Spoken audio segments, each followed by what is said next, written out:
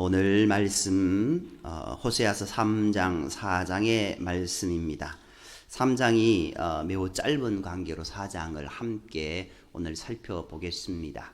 3장 4장 이렇게 함께 살펴보는 것이 이게 짧은 내용들이 아닙니다. 많은 내용들이 여기에 내포 있는데요. 먼저 3장의 내용, 하나님께서 호세아에게 이미 집을 나가 다시 창녀가 된 고멜을 사랑하고 그를 데려오라고 말씀하십니다.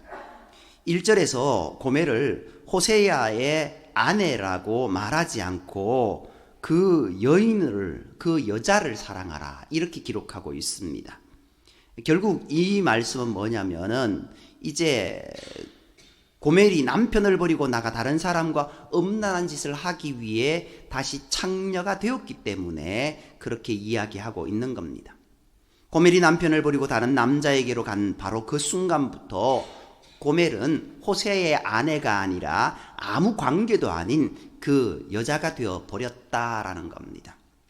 우리도 마찬가지입니다. 하나님을 믿음으로 고백할 때 우리는 하나님이 나의 하나님이 되고 나는 하나님의 백성이 됩니다.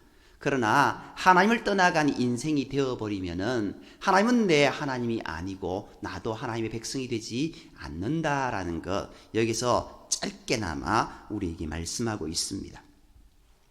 하나님께서 남편을 떠나 다시 창녀가 된 고멜의 모습이 바로 이스라엘의 모습이라고 말씀하십니다. 이스라엘 역시 남편인 하나님을 버리고 다른 우상인 바알에게로 갔기 때문입니다. 1절에 나오는 금포도를 넣은 과자는 두 가지 의미가 있습니다. 첫째로는요, 금포도를 넣은 과자는 바알에게 제사를 드릴 때 제의 중에 먹는 과자입니다. 그리고 이를 즐기는 것은 우상 숭배를 즐거워함으로 참여한다라는 그런 의미가 있습니다. 또한 금포도를 넣은 과자는 우상 숭배의 죄 중에 벌어지는 육체의 향락을 의미하기도 합니다. 하지만 하나님께서는 이스라엘이 하나님을 버리고 바알 우상의 제의에 참여하여 그들이 먹는 금포도 넣은 과자를 함께 먹으며 즐길지라도 여전히 이들을 사랑하시고 그들이 회개하기를 간절히 기다리고 계신다고 말씀하십니다. 그러므로 하나님께서 이스라엘을 사랑하신 것처럼 호세아에게도 그의 아내 고멜을 다시 사랑하라고 하시는 겁니다. 걸핏하면 하나님을 떠나 세상에 마음을 빼앗기는 우리들도 바로 이 고멜이지 않겠습니까? 돈의 마음을 빼앗기고 세상의 명예나 친구나 직장이나 세상의 즐거움의 마음을 빼앗겨 하나님을 섬기는 자리를 너무나도 자주 잃어버리는 우리들이 바로 고멜이라는 겁니다. 그런데 이제 이런 부정한 여인 고멜과도 같은 우리를 하나님께서 사랑하셨습니다. 그 하나님의 사랑에 최고봉이 어떤 모습입니까? 절정이 어떤 모습입니까? 예수님께서 이 땅에 오셔서 우리를 위해서 십자가에 달리신 그 십자가의 사랑이 아닙니까? 이것이 너무나 큰 은혜고 너무나 큰 사랑이기에 우리는 하나님께 감사하고 예수님을 나의 구주로 모셔드리는 복된 모습이 있어야 될 줄 믿습니다. 이제 하나님의 말씀을 따라 호세아는 포주에게 가서 자기를 위하여 은 15개와 보리 한 호멜 반을 주고 그 여자를 사옵니다.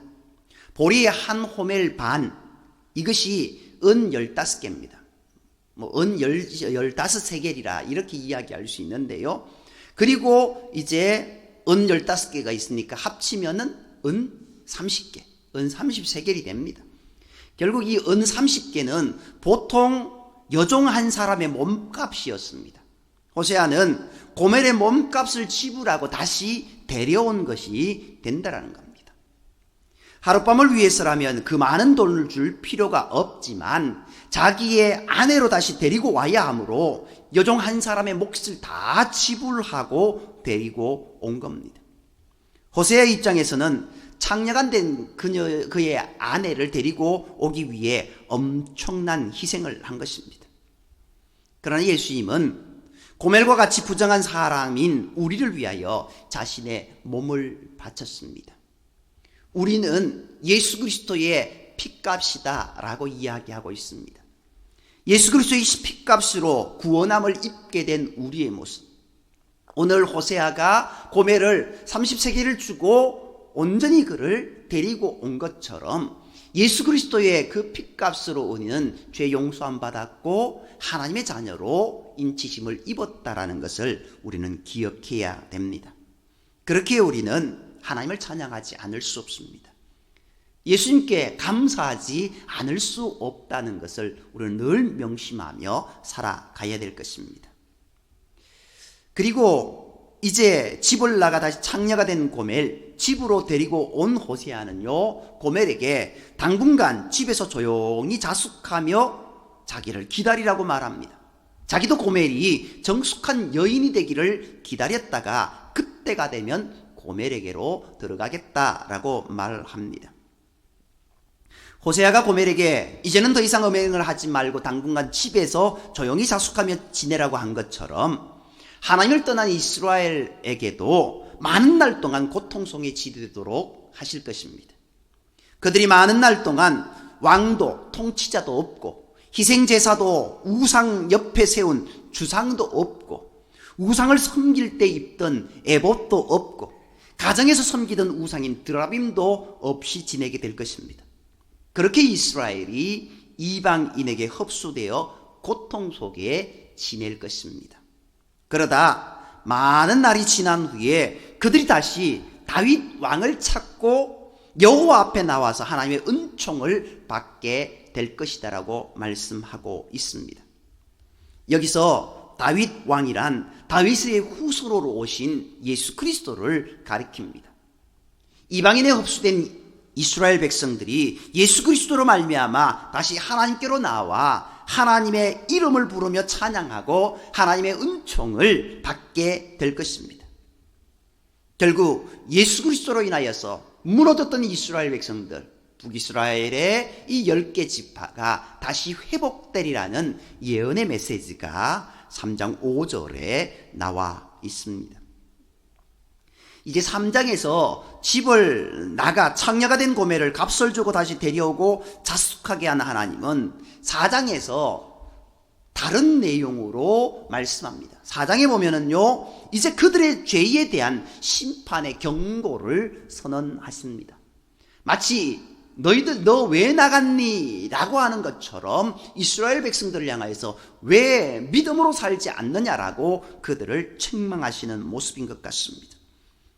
하나님께서 이 땅의 백성들에게 소송을 걸어 논고를 하십니다.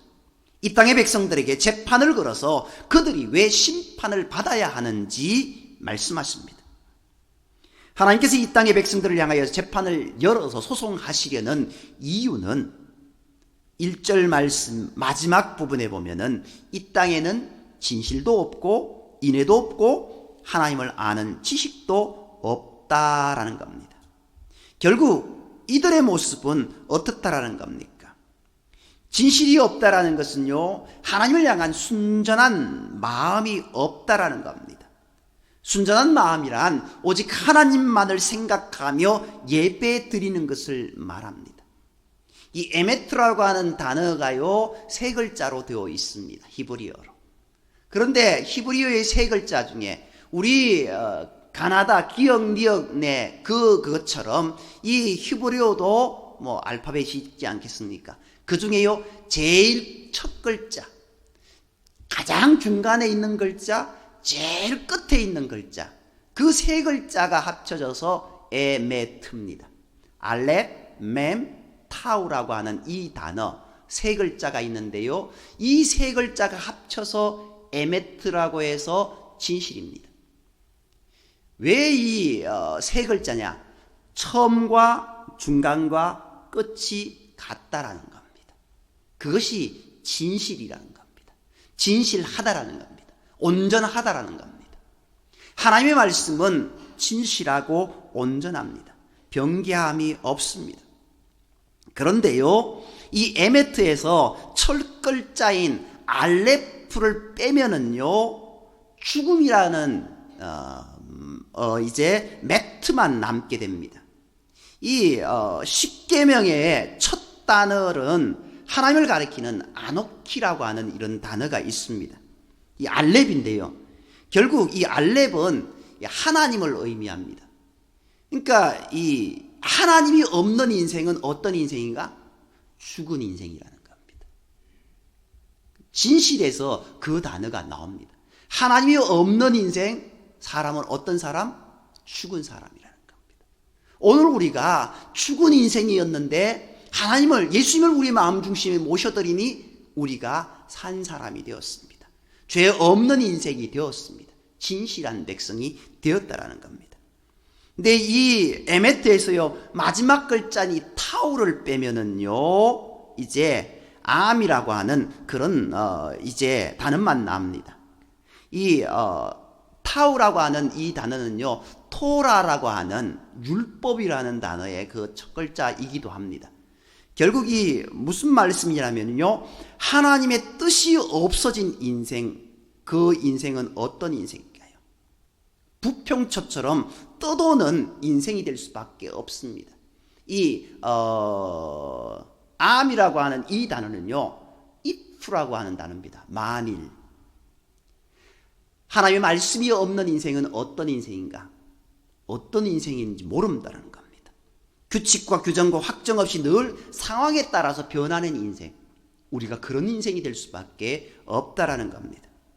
결국 하나님의 말씀은 진실된 말씀, 진실이고, 그 하나님의 말씀이 가르침이 없는 것은 거짓이고 허무고 죽음이다라는 것을 이야기하고 있습니다.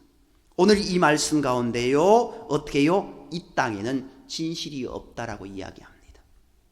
결국 진실이 없다라고 하는 이 단어, 처음에 이야기했듯이 알렙이 없으면, 하나님 없는 인생, 이들은 죽은 인생입니다.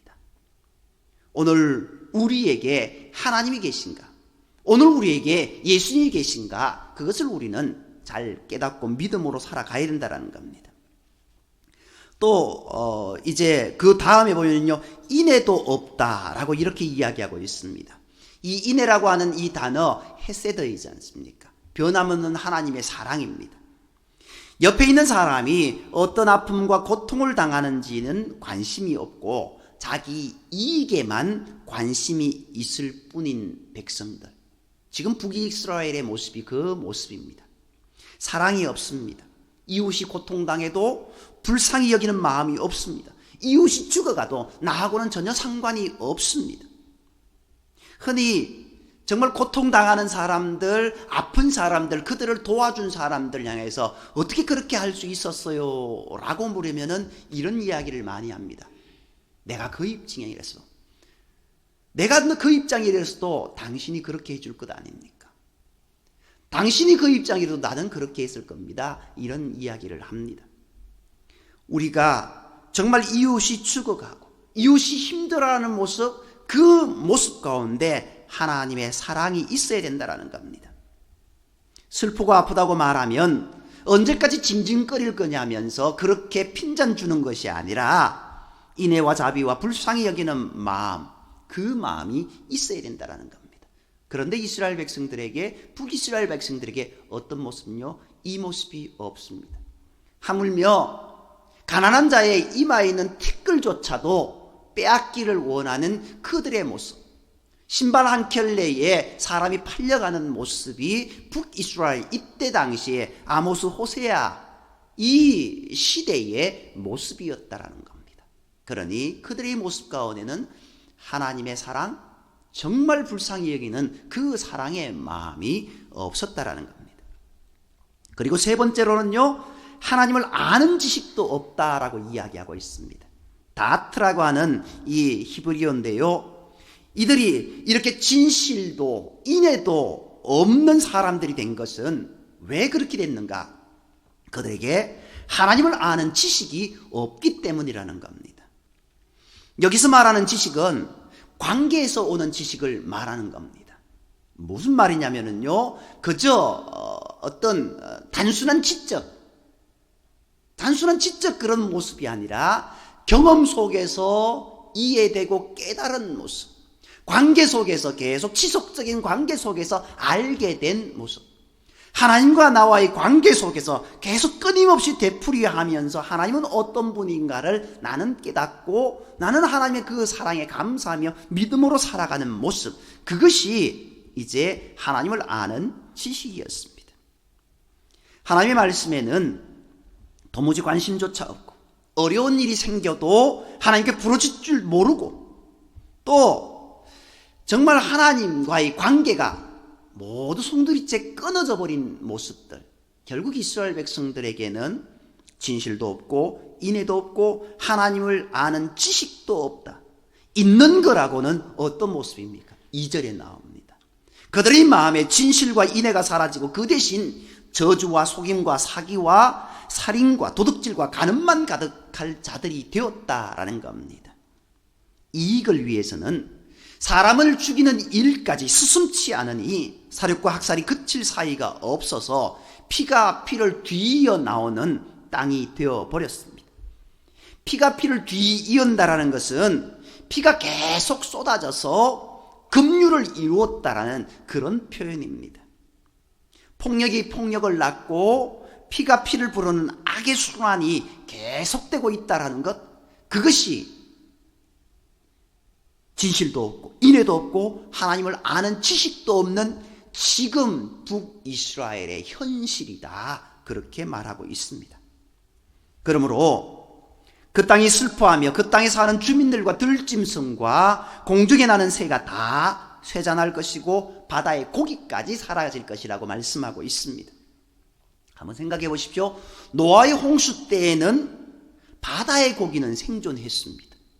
물이 가득 찼을 때 물고기는 생존했습니다. 그냥 생존했습니다. 그런데 여기에서는요, 바다의 고기까지 다 사라진다고 하고 있으니 어찌 보면 역사상 가장 끔찍한 형벌이 될 것임을 경고하고 있는 모습입니다. 하나님께서는 이스라엘 백성들에게 어떤 문제가 생기면 제사장에게 가서 해결하고, 만일 제사장의 판결을 듣지 않는 자가 있으면 그를 죽이라고까지 말씀하셨습니다. 제사장이 판결할 때는 하나님의 이름으로 판결을 합니다. 하나님께서 그들에게 하나님을 대신하여 판결하는 권세를 주셨기 때문입니다. 그러므로 이스라엘에서는 제사장과 다투는 것을 가장 극악한 폐역으로 여겼습니다. 그런데 백성들이 공공연하게 제사장과 다툽니다. 그들의 말을 듣지 않는 것에서 넘어서서 제사장과 다투는 자들이 되고 말았다라는 겁니다. 하나님의 징계나 심판을 전혀 두려워하지 않는 자들이 된 겁니다.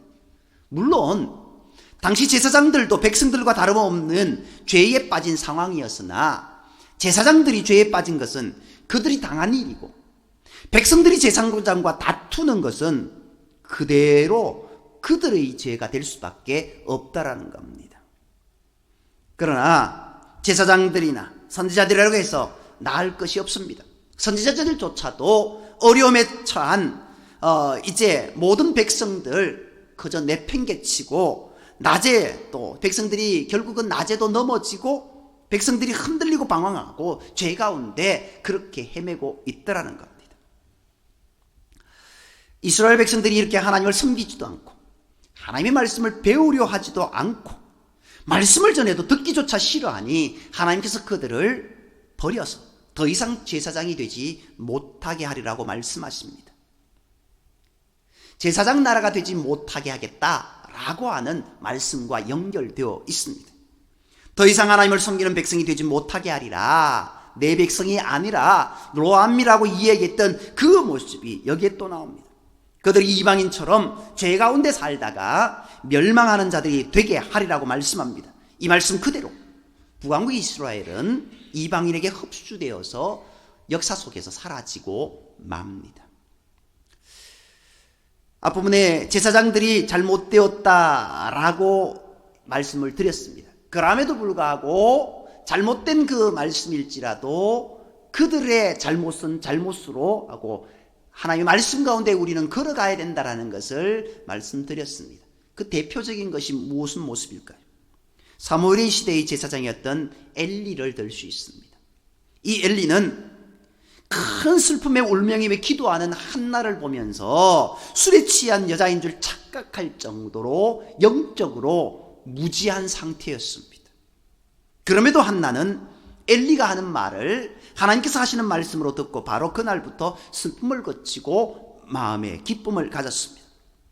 그랬더니 하나님께서 그의 소원을 들으시고 아들을 낳았는데 그가 바로 사무엘이지 않습니까?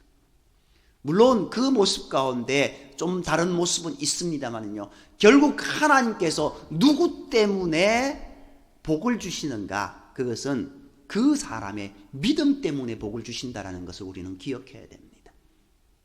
누가 기도 많이 하는 목사가, 장로가, 권사가, 집사가, 성도가 뭔 말을 했기 때문에 낫게 되었고 무슨 일이 되어진 것 아닙니다. 결국은 그가 그 복을 받을 만한 자세가 되었는가, 믿음이 있는가, 그것이 중요하다는 것을 우리는 명심해야 됩니다. 그렇기에 신약시대에 예수님께 나와서 병고침을 받았던 모든 사람들의 이야기를 살펴보면 하나같이 되풀이되어지는 모습이 있지 않습니까? 내 믿음이 너를 구원하였다. 네 믿음 때문에 네가 낫게 되었다라고 그렇게 말씀하시는 것들 우리는 필히 명심해야 됩니다. 그러므로 누가 죄를 범하든 그것을 탓하며 나도 함께 죄 짓는 자가 되지 말고 나는 하나님의 은혜 가운데 머물러 있으라는 다짐과 결심을 하는 자가 되어야 됩니다. 요한이 베드로를 향하여서 갑자기 생각이 안 나네요. 베드로가 요한에게 했죠. 그죠? 베드로가 요한에게 쉽게 말해서 쟤는 어떻게 해요? 니는 내 양을 치라고 했을 때 쟤는 어떻게 해요? 라고 했을 때 쟤는 자기 할 일이 있고 너는 네 할 일만 생각해라고 그렇게 말씀하셨습니다. 마찬가지입니다. 오늘 우리가 믿음으로 살아가는 모습, 첫째 중요한 것은 내가 바로 서는 것이다라는 겁니다. 그리고 내가 바로 서고 주변을 살펴서 그들을 위해서 기도할 수 있는 모습이 필요하다라는 겁니다. 하나님, 제가 저렇게 못났어요. 맞습니다. 그런 기도해야 됩니다. 그럼에도 불구하고 그것보다 먼저 하나님, 나에게는 저런 모습이 없습니까? 그 기도가 먼저이지 않습니까? 누가 죄를 범하든 그것을 탓하며 나도 함께 그것에 머물러 있는 인생이 아니라 그것으로 인하여서 타산지석을 삼고 우리가 기도하며 오히려 하나님의 은혜 안에 머물러 있는 저와 여러분이 되어야 될 줄 믿습니다. 호세아가 활동하던 여로보암 2세 때, 이때는 북왕국 이스라엘의 최고의 부흥기였습니다. 잃어버렸던 영토도 회복되었고 경제적으로도 부흥하던 때였습니다. 그런데 이스라엘은 그들에게 복을 주신 하나님께 감사하지 아니하고 이 모든 것이 그들이 섬긴 바알의 능력으로 된 것으로 여기며 더욱 우상숭배와 음행에 빠졌습니다. 그들은 권력이 높아지고 돈이 많아질수록 더욱 죄에 빠졌습니다. 물질의 풍요가 그들을 더욱 깊은 죄에 빠지게 만들었다라는 겁니다. 사회적인 능력이 많다라는 것이 죄의 유혹에 더욱 넘어지게 하는 것이 되었습니다. 제사장들은 백성들이 죄를 범할 때 하나님 앞에 바치는 속죄 제물을 먹고 사는 자들입니다. 물론 11조 역시 제사장들이 받는 생활비였습니다만 속죄 제물은 11조 외에 그들이 부수적으로 받는 그런 부수입이었습니다. 그러므로 제사장들은요, 백성들이 죄를 짓기를 바랬습니다. 그래야 그들의 부수입이 더욱 늘어날 것이기 때문이었습니다. 백성들을 정결하고 순결한 삶으로 인도하는 것이 그들의 사명이었습니다. 그런데 도리어 죄를 범하도록 부추긴 형국이 되고 말았던 겁니다.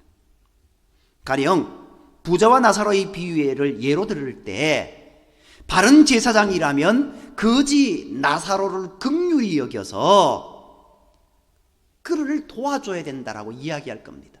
반대로 거지 나사로를 긍휼히 여기지 않은 부자를 향해서 책망했을 것입니다.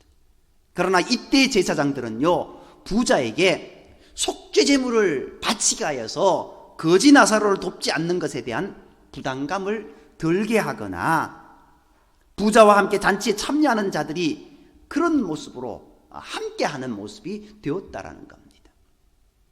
오늘 우리 가운데는요, 이런 모습은 없습니까?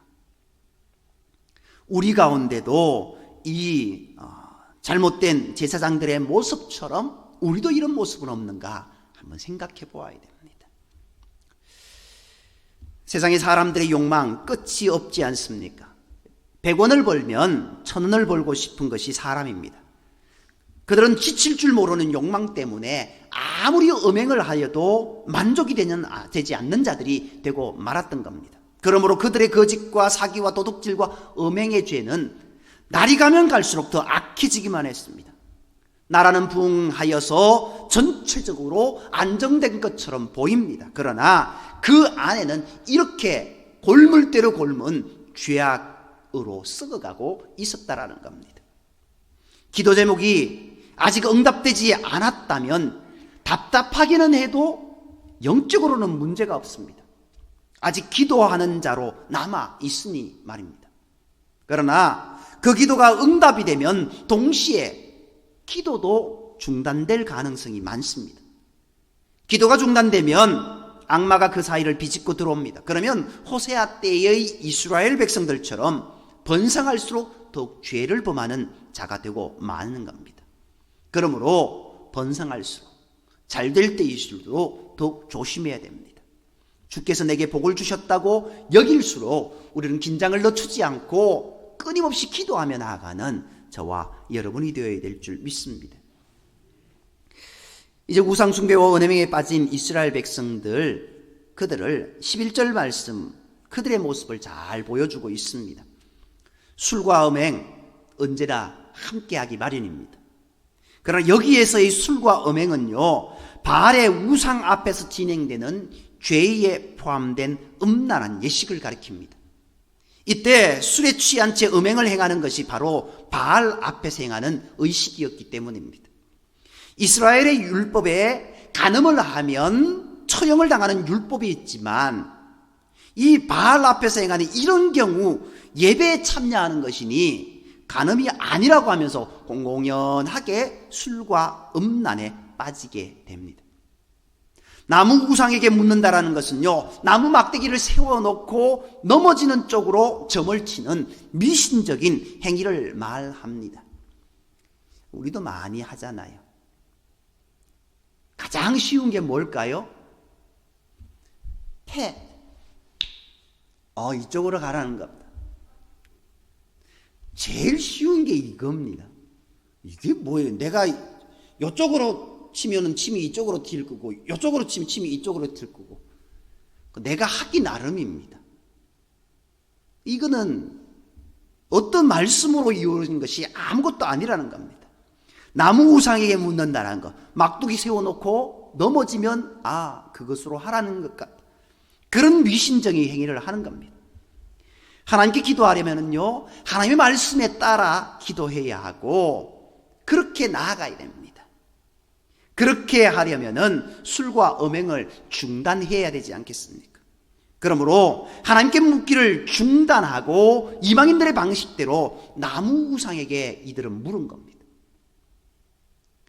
우상은요, 음행을 중단하는 것을 요구하지 않고 도리어 음행이 의식에 포함되어 있으니 얼마나 좋은 일인지 모르겠습니다. 그들의 입장에서 이스라엘이 점점 바알에게 빠져들어갔습니다. 하나님께서는요, 이들이 하나님을 떠나 우상 숭배에 빠진 것은 음란한 마음에 미혹되었기 때문이라고 12절에 말씀합니다. 음행에 빠지고 싶은 욕망을 주체할 수가 없었는데 마침 바알 신 앞에서 행하여지는 우상의 예식에 참여하면 간음죄로 처벌도 받지 않고 음행을 할 수도 있으니 이에 미혹되어서 사람들이 하나님을 버리고 우상과 음행에 빠진 겁니다. 바알 신은요, 남자 신이고 아세라 신은 여자 신입니다. 두 신을 결혼시키면은 하늘에서 비가 내려 땅에 풍요가 온다라는 것이 바알 신은 섬기는 자들의 주장이었습니다. 농경의 신입니다. 그런데 보이지 않는 신을 어떻게 결혼시키겠습니까? 그래서 생각한 것이 바알 신의 사제와의 성행위입니다. 그리고는 이것이 바로 바알신과 아세라신의 결혼식이라고 말한 겁니다. 여기에 참여하는 대부분의 사람들이 남자들이기에 그에 상대하는 여자 사제들이 필요합니다. 그러므로 많은 여인들이 바알신전의 여자 창기 역할을 했고, 오늘 호세아의 아내 고멜 역시 바알신전의 창녀로 많은 남자를 상대한 여자였던 겁니다. 이런 방식으로 이스라엘의 딸들과 며느리들도 간음죄의 처벌을 받지 않고 공공연하게 음행을 하였다라고 기록하고 있는 겁니다. 오늘 우리의 모습은 어떨까요? 이것 하고 싶은데 하나님을 믿으니 이걸 할 수 없고, 안 믿으니 이것을 할 수 있고, 그런 모습 아닙니까? 그런 모습으로 바알과 아세라를 섬겼던 이스라엘 백성들, 결국 그들은 하나님에게서 끊쳐진 자들이 되고 말았다라는 겁니다. 호세아는 북왕국 이스라엘에서 활동하던 선지자입니다. 그러므로 그가 선포한 말씀들은 대부분 북왕국 이스라엘을 대상으로 한 것이지만 종종 남왕국 유다에 대한 것이 있습니다. 오늘 말씀 마지막 부분에 보면은요, 이제 15절 이하에 보면은 이제 유다는 아직 이스라엘만큼 죄에 빠지지 않았으니 유다는 길갈과 베다원으로 가지 말라고 경고하십니다. 북이스라엘처럼 우상 숭배와 음행의 죄에 빠지지 말라는 경고의 말씀입니다. 여기서 나오는 두 지역이 있습니다. 길갈과 벳아웬입니다. 이 길갈은 여호수아가 이스라엘 백성들을 이끌고 요단강을 건넌 후에 12개의 돌을 취하여서 기념비를 쌓고 할례와 유월절을 행한 곳이 바로 길갈입니다. 그런데 이곳이 배교의 중심지가 되어버렸던 겁니다. 그것이 아모스서 4장에 나옵니다.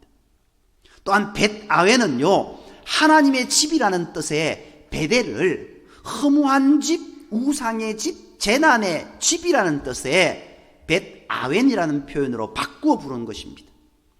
여로보암이 단과 베델에 황금 송아지를 둔 이래로 베델이 우상 숭배의 본거지가 되었기에 호세아가 이렇게 표현한 겁니다. 결국 무슨 말입니까?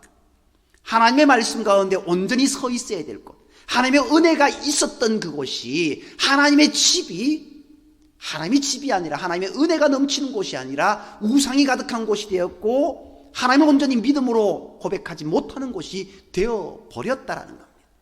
그렇기에 남유다 백성들을 향하여서 너희들은 벳아웬으로 가지 말고 길갈로 가지 말라고 합니다. 우상의 그 모든 행위가 있는 그곳으로 가지 말고 말씀 가운데, 믿음 가운데 걸어가라고 이야기하고 있는 겁니다. 그러나 북왕국 이스라엘은요, 고집센 암소처럼 완강했습니다. 아무리 무서운 말로 심판을 경고해도 두려워하지 않았습니다. 어디 해볼 테면 해보라지 라는 식으로 우상숭배와 음행의 죄에서 한 발자국도 움직이려 들지 않았습니다. 그러니 그들을 어린 양을 넓은 초원에도 먹이듯이 먹이겠느냐라고 말씀하십니다. 하나님께서 그들이 그렇게 우상숭배와 음행에 연합되었으니 그대로 내버려 두라고 말씀하십니다. 연합되었다라는 건 무슨 말입니까? 딱 달라붙어 있다라는 겁니다. 우상숭배와 음행에 깊이 빠져버린 겁니다. 그러니 이제 그대로 죄 가운데 내버려 두라는 겁니다. 그냥 내버려 둔다라는 건 뭡니까? 이미 심판이 그들 가운데 있다라는 겁니다. 이미 지옥 백성이다라는 겁니다. 너희는 내 백성이 아니다라는 말씀을 에둘러 하신 말씀이 아닙니까? 백성과 통치자들이 모두 죄에 빠졌습니다. 술잔치를 벌인 후에 음란한 짓을 하는 일이 거의 매일 반복됩니다. 백성들을 바른 길로 인도해야 할 통치자들 역시 수치스러운 일 하기를 좋아합니다. 누구 하나 이것이 잘못이다, 이렇게 하면 하나님이 진노를 받는다고 책망하고 지적하는 자가 없습니다. 그러므로 태풍 같은 거센 바람이 그들을 휩쓸어가고 그들이 부끄러운 수치를 당할 것이다 라고 말합니다. 그 모습이 포로로 사로잡혀갈 때 옷을 벗긴 채 포박되어 끌려가고 부끄러운 수치를 당한다는 것, 나라가 망하여 포로가 되는 모든 모습들, 그것들을 여기에서 이야기하고 있는 겁니다. 일단 하나님의 징계가 시작되면 회개할 틈을 얻지 못합니다. 평안할 때도 회개하지 않은 자가 혼란스러운 일들이 눈앞에 정신없이 다가오는데 회개할 틈을 얻는다라는 것 너무나 어려운 일입니다. 그러므로 우리의 모습 가운데 평온하다면 기도해야 되고, 또 우리의 모습 가운데 힘든 일이 자꾸 온다고 한다면 더 무릎 꿇어야 될 그 시간이다라는 것을 우리는 기억해야 됩니다. 내일은 나에게 보장된 시간이 아니다라는 겁니다. 오늘 밤에 안녕일 수도 있습니다. 누구나 장담할 수 있는 사람은 아무도 없습니다. 그렇기에 주의 말씀 가운데, 믿음 가운데 우리의 매 시간 믿음으로 살아가는 저와 여러분이 되어야 될 줄 믿습니다. 바알 신 앞에서 행해지는 예배, 물론 우상 앞에서 행해지는 예배이니 말할 것도 없이 잘못된 것입니다만, 여기서 한 가지 우리가 짚고 넘어가야 할 점이 있습니다. 이들의 예배의 목적이 무엇이었냐라는 겁니다. 이들의 예배의 목적은요, 사람들이 즐겁게 되는 것, 자기가 즐겁게 되는 것에 있었다라는 겁니다. 이들은 예배라는 이름 아래에 모여서 함께 술을 마셨고 음행을 하는 행위를 했습니다. 이것이 그들의 본래의 목적이었습니다. 바알 신에게 예배드린다라는 것은 허울 좋은 변명거리에 불과했습니다. 그들은요, 음행을 목적으로 그렇게 모인 겁니다.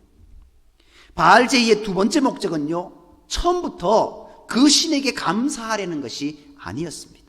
그들은 이 제의를 통해서 그들의 삶이 풍요하게 되기를 원했고, 또 나무 막대기를 세워놓고 넘어지는 방향으로 점을 쳐서 미래를 알기를 원했습니다. 신을 즐겁게 하는 목적이 아니라 자기들의 삶이 풍요롭게 되는 것이 목적이었고, 미래를 점치는 것이 목적이었습니다. 오늘날 많은 경우에 예배는 교회 부흥의 수단에 불과할 때가 많습니다. 많은 교회가 하나님께서 받으시는 참된 예배를 드리기에 힘쓰기보다 성도들이 즐거워할 만한 예배를 드리기에 힘씁니다. 성도들이 만족해야 교회가 부흥되기 때문입니다. 그러므로 찬송가를 고를 때도 성도들의 취향을 고려하고 설교의 내용에도 맞지도 않는 찬송을 할 때도 많습니다. 설교를 듣고 흡족한 마음을 갖게 하려고 애를 씁니다. 그런데 과연 그게 맞느냐라는 겁니다. 설교를 듣고 불편한 마음이 있어야 됩니다.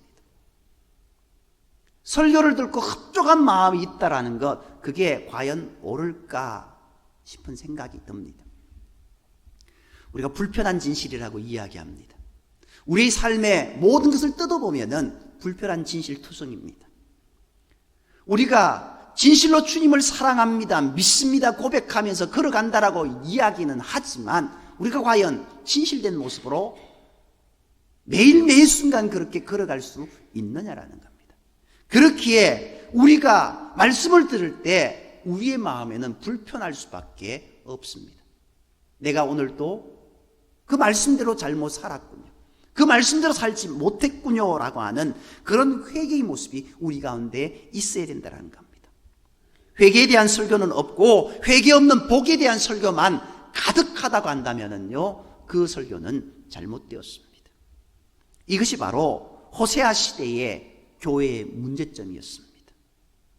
마찬가지로 오늘날 많은 교회가 이런 문제를 가지고 있다라는 겁니다. 도리어 회개하는 과정에서 더 많은 아픔과 갈등을 겪습니다. 죄를 지은 자가 그 죄의 습관에서 벗어나는데 갈등과 아픔 없이 되겠습니까? 이런 과정 없이 내 마음을 들뜨게 하는 그런 모든 집회는 우리가 조심해야 된다는 겁니다. 그보다 말씀과 기도에 더욱 집중해야 됩니다. 하나님께서 나를 위해서 행하신 일들을 기억하며 감사해야 됩니다. 그 하나님의 은혜에 감사하며 우리는 머리 숙여야 됩니다. 오늘 정말 다시금 돌아올 수 없었던 한 인생을 하나님은 값을 지불하여 사오라고 말씀합니다. 그리고 그를 다시 사랑하라고 이야기합니다. 우리가 죄로 인해 죽을 수밖에 없던 인생이었지만 예수 그리스도의 피값으로 사신 바 되었고 우리가 이제 다시금 죄 없이 되어서 하나님의 은혜의 백성이 되었음에 감사하며 믿음으로 나아가는 저와 여러분이 되어야 될 줄 믿습니다. 그리고 무엇보다도 하나님의 말씀 가운데 온전히 걸어가는 복된 저와 여러분이 되기를 간절히 소망합니다. 기도드리겠습니다. 사랑관의 하나님, 주께서 고난받으심으로 말미암아 하나님의 백성 아니었던 우리가 하나님의 백성 되었음을 이 시간 고백하며 날마다 주님만을 바라보며 믿음으로 살아가기를 다짐합니다. 주님, 이제 우리의 모습 가운데 세상의 즐거움에, 세상의 마음에 빼앗겨 하나님을 잃어버리는 어리석은 인생이 되지 않게 하시고 하나님의 말씀 듣기를 싫어하는 자리 되지 말게 하시고 처음부터 마지막까지 온전히 주님 사랑하며 믿음으로 달려갈 수 있는 진실된 성도들이 되게 인도하여 주옵소서. 날 사랑하신 그 하나님의 사랑에 감사하며 하나님, 나도 주님 사랑합니다라고 고백하는 그런 백성이 되게 인도하여 주옵고 정말 날마다 주님을 경험하며 주님을 알아갈 수 있는 우리의 삶이 되게 인도하여 주옵소서. 바른 신앙, 건강한 신앙, 건강한 믿음으로 굳게 설 수 있는 우리의 삶이 되게 인도하여 주옵기를 원하며 모든 말씀을 사랑하시는 예수님의 이름으로 감사하며 기도드립니다. 아멘. 우리 말씀을 기억하면서요, 찬송가 304장 찬양 드리겠습니다.